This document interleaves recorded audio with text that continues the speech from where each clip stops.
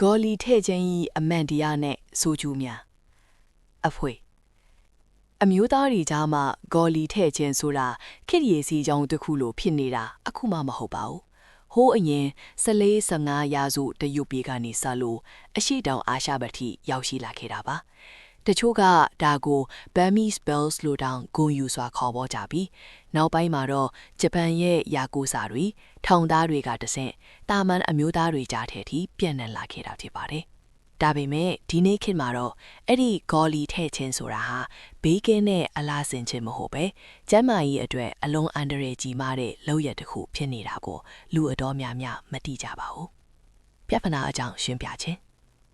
လူတွေကတော့လိန်တန်ကြီးတယောင်ယောင်ထွင်ရအောင်အိယာပေါ်မှာစွမ်းဆောင်ရည်ပို့ခုံအောင်အဖေါ်ကိုပိုးပြီးကျင်းနှမှုပေးနိုင်အောင်ဆိုတဲ့ရည်ရွယ်ချက်တွေနဲ့ဂေါ်လီထဲကြပါတယ်။ဒါပေမဲ့ဆေးဘက်ဆိုင်ရာရှုထောင့်ကကြည့်ရင်တော့ဒါဟာခွဲစိတ်မှုအဒီးစားတစ်ခုဖြစ်တာကြောင့်ဆရာဝန်တွေကလုံးဝအားမပေးပါဘူး။အဓိကကတော့တရားမဝင်တဲ့ဇီးခန်းတွေမှာဒါမှမဟုတ်အချင်းချင်းလက်သက်ဆန်းပြီးထည့်ကြတာကြောင့်ပါ။ဒီနေရာမှာအကြီးမားဆုံးအန်တရယ်ကပိုးဝင်ခြင်းပါပဲ။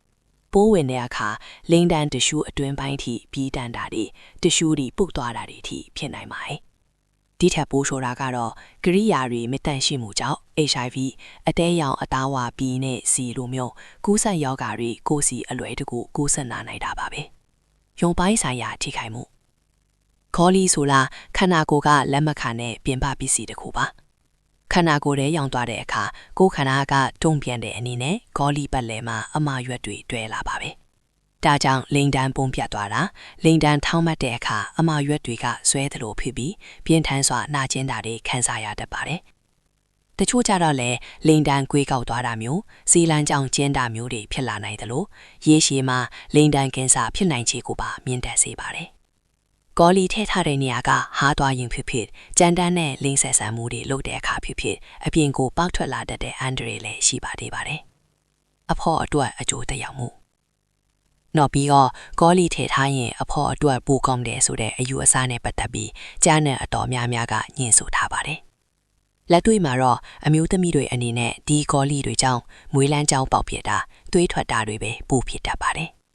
ဒါဟာအမျိုးသမီးအတွက်နာကျင်ယုံတင်မကပဲပိုးဝင်လွယ်စီသလိုလင်ကနေတဆင့်ကူးစက်ရောဂါတွေပါပိုမိုကူးစက်နိုင်ခြေများရှိပါတယ်။ဒါကြောင့်ဂေါ်လီထည့်ခြင်းဟာလင်းဆက်ဆံမှုအရေးအသွေးကိုမြင့်တင်ပေးတာမဟုတ်ပဲအန်တရဲကိုသာပိုးတိုးပါစေတာပါ။အဆုံးသတ်နဲ့အကြံပြုခြင်း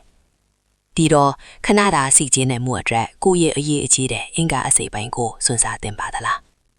ဆေးရုံတွေမှာဂေါ်လီထဲလိုပိုးဝင်ပြီးနောက်ဆုံးမှာခွဲစိတ်ပြီးပြန်ထုတ်ရတဲ့လူနာတွေအများကြီးပါ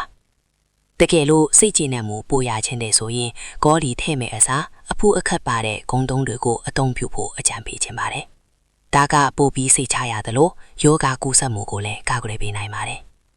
အကယ်၍သင်ဟာဂေါ်လီထဲပြီးသားသူတယောက်ဖြစ်နေတယ်ဆိုရင်တဆုံတရားထူချတာနာကျင်တာရောက်ရမ်းတာမျိုးရှိရင်ရှက်မနေပါနဲ့တကြွနားလဲတဲ့ဆရာဝန်နဲ့အမြန်ဆုံးတိုက်ပင်ပြီးကုသမှုခံယူဖို့တိုက်တွန်းလိုပါနဲ့ဘာကြောင့်လဲဆိုတော့သင်ချေရတဲ့သူတွေနဲ့ကိုကာကွယ်ဖို့ကအရေးကြီးဆုံးမို့လို့ပါ